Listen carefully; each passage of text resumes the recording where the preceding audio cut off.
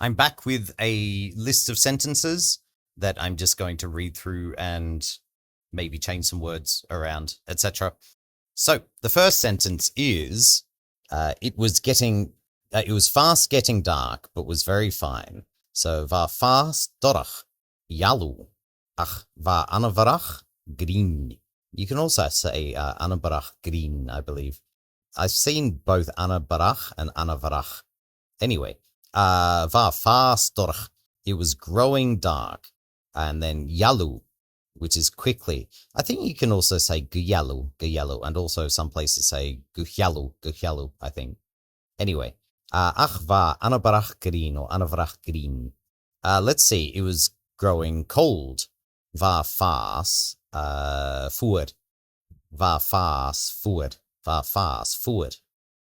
It was growing or getting, let's see, bright. So va fast solid. Va fast solid. Va fast solid. Maybe. It was growing noisy, maybe. So va fast fuaimnach. Va fast fuaimnach. It was growing annoying. I don't know if you can use it like that. It was getting annoying. So va fast faranach. Va fast faranach.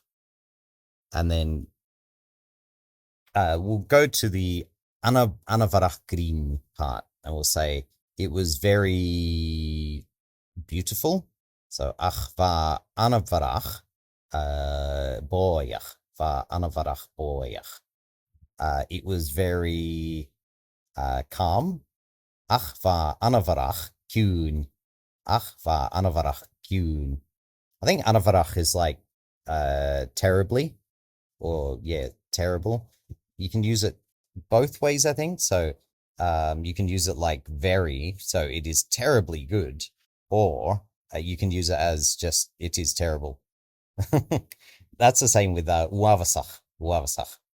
And let's see, ach va Anabharrach. So it was terribly tasty, maybe. Ach va Anabharrach lost. Ach va Anabharrach lost. But I think you can also say Anabharrach. Let's see. It was also very. Trying to think of some other adjectives. It was very lovely. So ach va Anabharrach lurach. Ach va Anabharrach lurach. It was very humorous. Ach va Anabharrach awachkach. Ach va Anabharrach awachkach. It was very cool, I think, is fianad. So ach va Anabharrach fianad. Ach va Anabharrach fianad. I find the way this book, the leaves from Queen Victoria's adventures thing, that book, I find the way that they use half nine rather, to mean 8:30 to be really interesting. So it's, for example, breakfast at 8:30 is translated as Njiet egg le nu. Interesting. He doesn't write I at the end, so he just says nu rather nui. Anyway, Njiet egg le nu. So really that's saying the breakfast or the diet, I think, at 9:30. At 9:30. So njiet egg le nu. Njiet egg le nu. So let's add some other numbers at the back there. So njiet egg le hun. Njiet egg le hun. Njiet egg le korg. So 5. Njiet egg le korg. Actually, I'm trying to remember lechar. Maybe if it's le, it should be cha. So and jiet egg le chog, maybe, if I remember correctly. And jiet egg le chog. The thing is, when I'm speaking with my son in Gaelic, oftentimes I just forget and I don't bother too much with it. I do try and remember them though, but I also give myself a little bit of leeway because there's a lot to remember and I'm not a native. So it just doesn't come naturally to me. But eventually I'll get there, hopefully, unless I don't and I end up with Alzheimer's or something, which is entirely plausible. It's interesting that drive is translated as gres, which is kind of like to rush, I think. For example, in the East Perthshire Gaelic book that I have, it says gresost, which means hurry up, essentially. Get a move on. So here it says, drove along, or we drove along the opposite side of the river. Greshin erat, so along or forward, to Hull Nahaun. So what that's saying is we rushed forward side on the other side of the river. So Gres, rushed, Shin, we, Ed, upon, Ert, forward. So that means to go forward. To, side, or to, and then Hull, which is on the other side. Na, of the, Haun. When you have na there, a little H is added. I think that's just a pronunciation thing, but it's part of the rules, so we follow them. So Greshinera tu Hull Nahaun.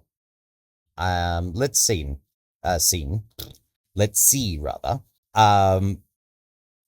We're going to put in some different pronouns. So Gresmi era tu Hull Nahaun. So I drove along the opposite side of the river. Gresmi era tu Hull Nahaun. Let's see. You. So Gresu erat tu Hull Nahaun. Let's say he. So Gresa erat tu Hull Nahaun. She. Gresi erat tu Hull Nahaun. So moving forward, we have one pony carried the luncheon baskets. It's interesting because lunch is often translated in this as a mian la, so the midday. But also this one says mian la, so maybe that's like lunch meal. I don't know. But one pony carried the luncheon baskets. So va unfoni gulan basketen vid mian la. Va unfoni gulan basketen vid mian la. So one pony carried the luncheon baskets. So one pony va unfoni carrying gulan baskets basketen of the lunch, essentially, which is vid mian la. So what can we change here? We'll say man instead of pony. So va uned gulan basketen vid mian la. Va uned gulan basketen vid mian la. One, let's see, woman was carrying the luncheon baskets.